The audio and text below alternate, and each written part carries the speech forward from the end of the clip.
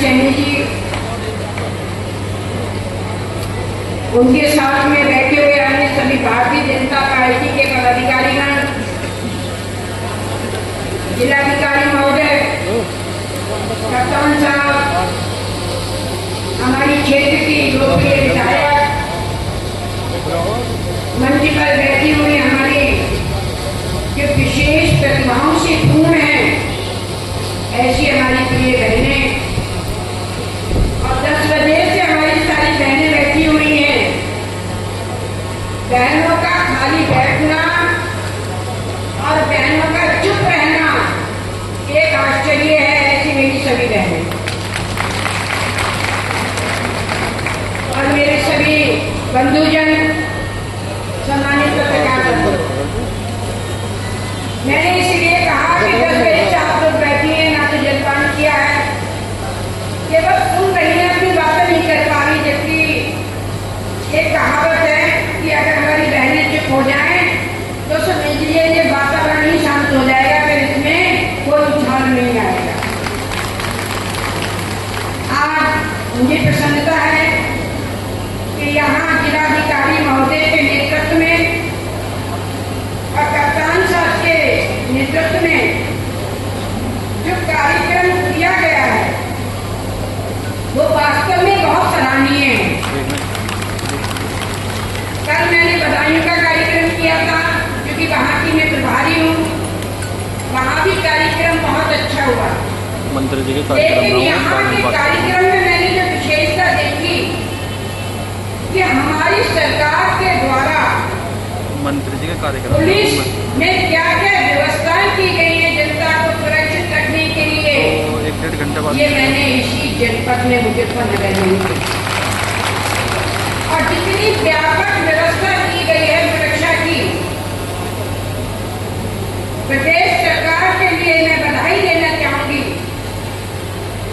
कि इतनी सुरक्षा उन्होंने दी है। हर प्रकार के शस्त्र यहाँ पर दिखाई दिए, हर प्रकार के कंट्रोल रूम यहाँ पर दिखाई दिए, किस प्रकार से जनता सुरक्षित रह सकती है। सक्रिय गली में जाने के लिए वाहन की व्यवस्था दिखाई दी, बड़े वाहन की व्यवस्था दिखाई दी। तो मैं ये बताना चाहती हूँ कि किस प्रकार से हमारी सरकार सुरक्षित रखना चाह रही है जनता के लिए। आज उन्होंने ये प्रदर्शन यहाँ दिखाया है, इसके लिए कप्तान साहब का मैं अभिनंदन करती हूँ। बहुत सारी बातें हुई हैं, क्योंकि आज महिला सशक्तिकरण का वातावरण यहाँ बना हुआ है। ये बहुत बड़े उदाहरण आपके सामने पेश हैं कि हमारी बहनें यहाँ बैठी हैं, जिन्होंने विषम परिस्थितियों का सामना करते हुए हर क्षेत्र में सफलता प्राप्त की है। चाहे तो लोगों के चेहरे पर मुस्कुराहट लाने की, चाहे जैविक खेती के माध्यम से लोगों को रोगों से बचाने की, चाहे खेल के माध्यम से लोगों में प्रेरणा जागृत करने की। ये 21 साल की बच्ची बैठी हुई है जिसने 2 गोल्ड मेडल प्राप्त किए हैं। मेरी ईश्वर से कामना है, इसके लिए आशीर्वाद है कि भविष्य में और भी गोल्ड मेडल इसको प्राप्त हो। तो मैं आपके संज्ञान में ये बात लाना चाह रही हूँ कि महिलाएं कभी भी पीछे नहीं रही हैं, कभी पीछे नहीं रही हैं, पर उन्होंने अपनी शक्ति को अब पहचाना। महिला पीछे कहाँ रही है? जितने भी महान पुरुषों का जन्म हुआ है, चाहे भगवान राम हो, चाहे भगवान कृष्ण हो, सभी के लिए माता ने ही जन्म दिया। यहाँ पर भी सरदार भगत सिंह, राम प्रसाद बिस्मिल, जितने भी हमारे चंद्रशेखर आजाद, सुभाष चंद्र बोस, जितने भी हमारे वीर महान व्यक्तित्व रहे हैं, उनको जन्म देने वाली हमारी माताएं बैठी हैं। जितने यहाँ हमारे भाई बैठे हुए हैं, कोई कितने भी बड़े पदाधिकारी हों, उनके पीछे माता की ही प्रेरणा रहती है। माँ ही हर बच्चे को ये कहती है कि मेरा बच्चा बड़ा होकर कुछ ना कुछ बन जाए। तो माता कहाँ पीछे है? क्योंकि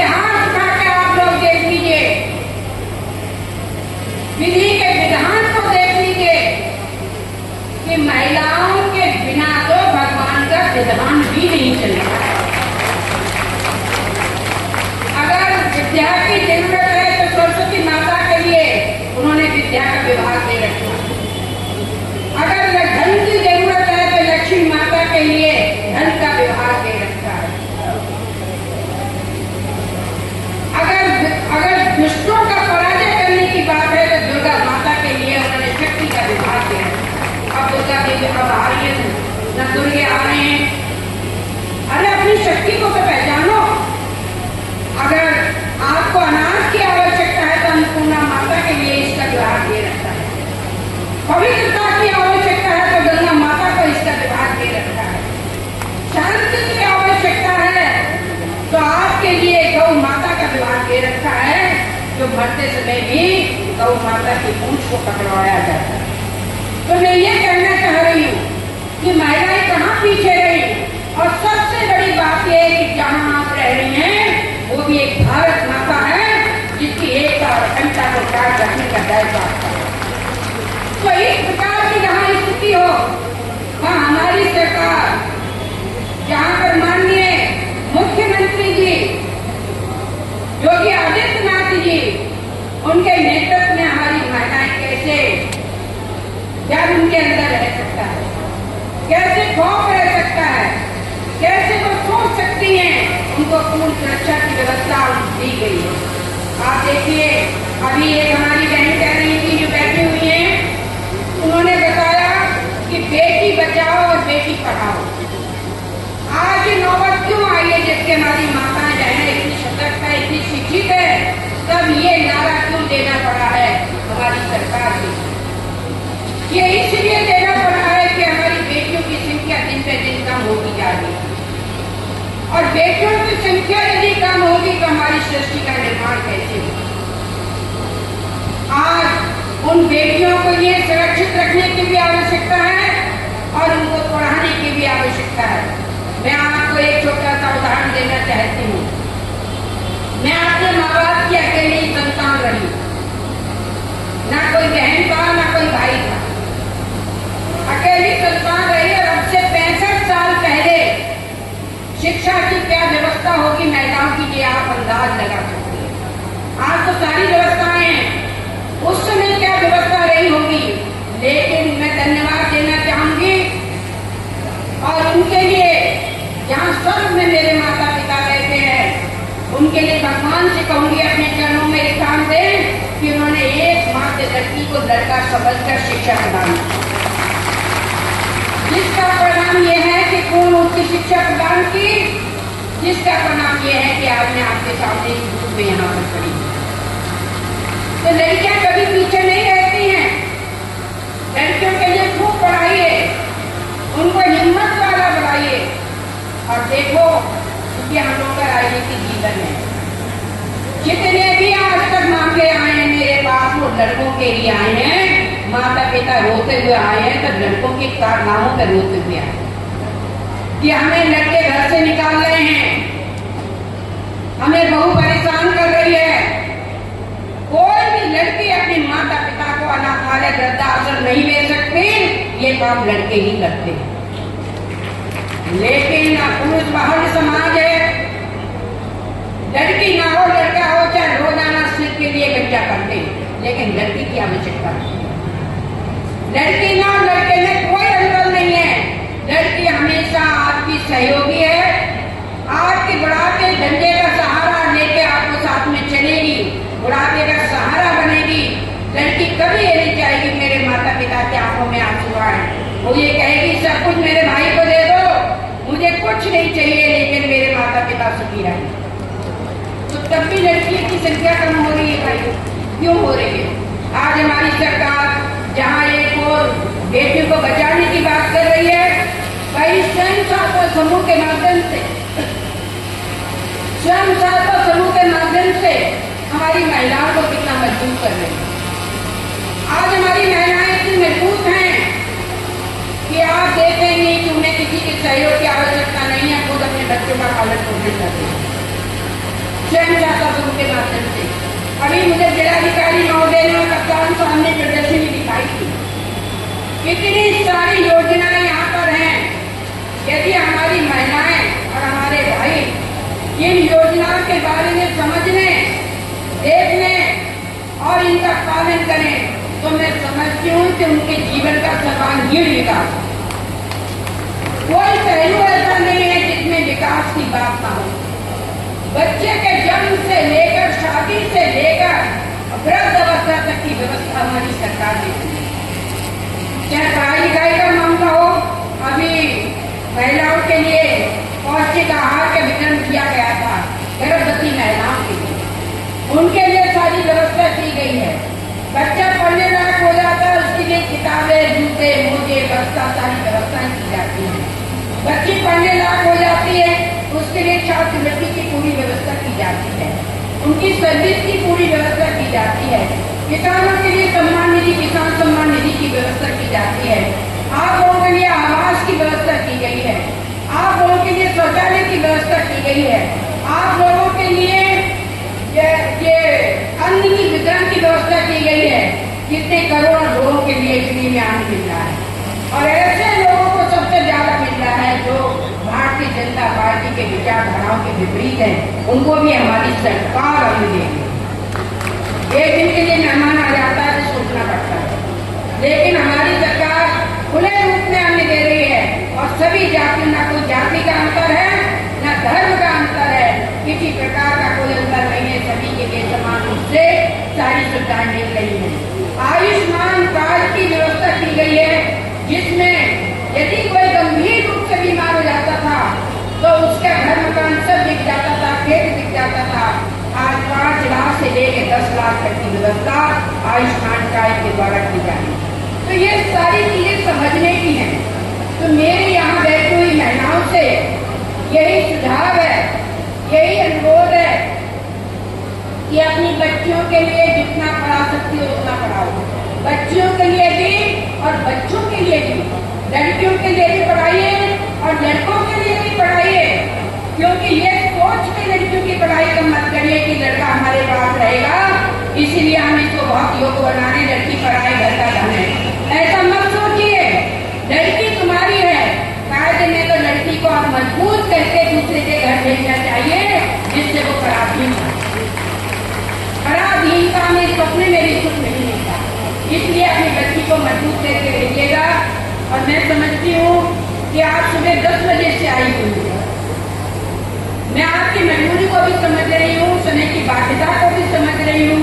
तो मैं इतना ही कहना चाहूंगी कि सरकार ने जो आपको सुरक्षा प्रदान की है कि किसी तरह की कोई भी रोक टोक नहीं है, आप बिल्कुल स्वतंत्र हैं, आप बिल्कुल सुरक्षित हैं।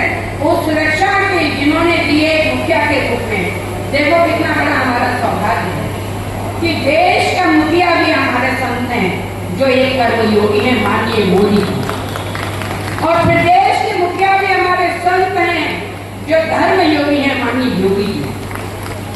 जहाँ धर्म और कर्म मिल जाता है वहाँ राम राज्य की स्थापना होती है, और बड़ी स्थापना यहाँ होती है कि यहाँ पर हमारी महिलाएं भी सुरक्षित हैं, हमारे बच्चे भी सुरक्षित हैं, यहाँ व्यापारी भी सुरक्षित है, और सभी धर्म और जाति के लोग यहाँ सुरक्षित है।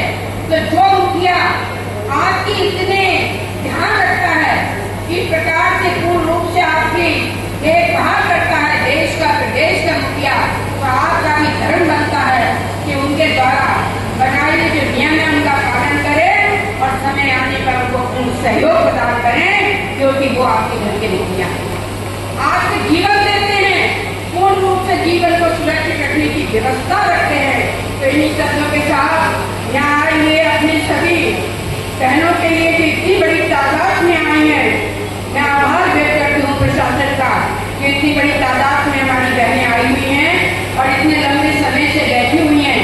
उनका आभार व्यक्त करते हुए, अपने भाइयों का आभार व्यक्त करते हुए और अपने प्रशासन का अभिनंदन करते हुए, जो हमारी पुलिस व्यवस्था इतनी सजग है और इस प्रकार से यहाँ कार्य करती है। ये तो तीर्थों का एक स्थल है, ये आपका मुजफ्फरनगर तो तीर्थों का एक धाम है। मैं इस धाम में रहने वाले सभी के लिए भगवान से कामना करूंगी कि ये मुजफ्फरनगर बहुत आगे बढ़े, और प्रशासन हमारे जिलाधिकारी महोदय, कप्तान महोदय के नेतृत्व में आगे बढ़ता रहे, पूर्ण शांति व्यवस्था ये ग्राम लेती हूँ आप धन्यवाद। वो भाई पीछे को ये पीछे को ये जय श्री राम, जय श्री राम।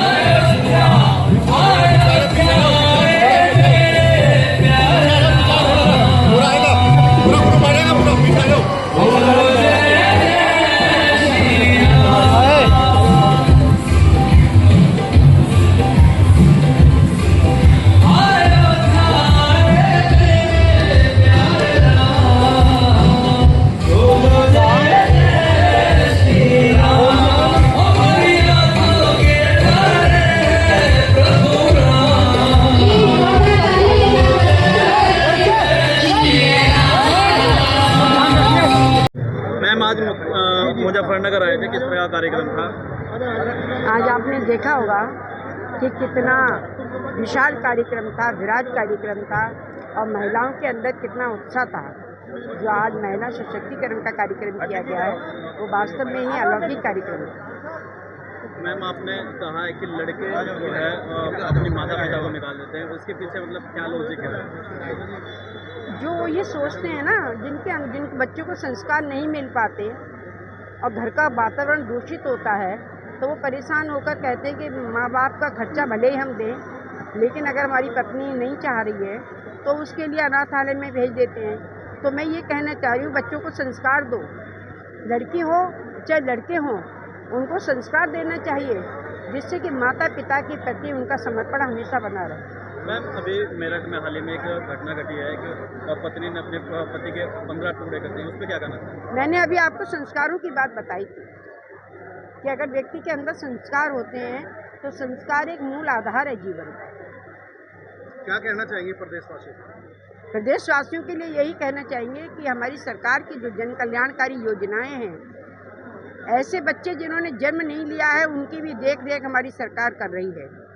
माँ के गर्भ में भी उनके पालन पोषण की पूरी व्यवस्था कर रही है कि समय से इंजेक्शन लगना, समय से उनके लिए पौष्टिक आहार मिलना और 80 साल के वृद्ध तक के लिए पूरी व्यवस्था है पेंशन की वजह से। तो ये सारी चीज़ें हमारी सरकार कर रही है। व्यक्ति के व्यक्तित्व के विकास के संबंध में जितना भी आवश्यक है सब हमारी सरकार कर रही है। महिलाओं के लिए क्या? महिलाओं के लिए हमने बता दिया कि जो आज हमने जो यहाँ बताया था, सारे पॉइंट्स बताए हैं कि जो कुछ भी किया जा रहा है महिलाओं को सशक्तिकरण के लिए किया जा रहा है। आज स्वयं सहायता समूह की महिलाएं कितनी योग्य बन गई है। आज आपने मंच पर देखा होगा कि कितनी प्रतिभाशाली हमारी महिलाएं बैठी थी, चाहे वो खेती के रूप में हो, चाहे खेल के रूप में हो, चाहे योगा के रूप में हो। तो इस प्रकार से महिलाओं के अंदर उत्साह और उमंग आ रही है। आज महिलाएं दबी कुचली अपने को महसूस नहीं कर रही, आज असहाय महसूस नहीं कर रही हैं, आज सबल महसूस कर रही हैं माननीय योगी जी के नेतृत्व में।